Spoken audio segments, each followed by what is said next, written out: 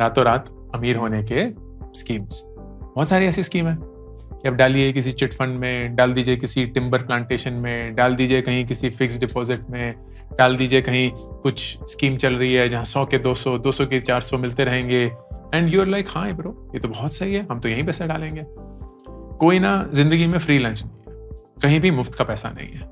अगर आपको बहुत आसानी से पैसा मिल रहा है, उतनी आसानी से वो पैसा जाएगा भी और जाके ही रहेगा।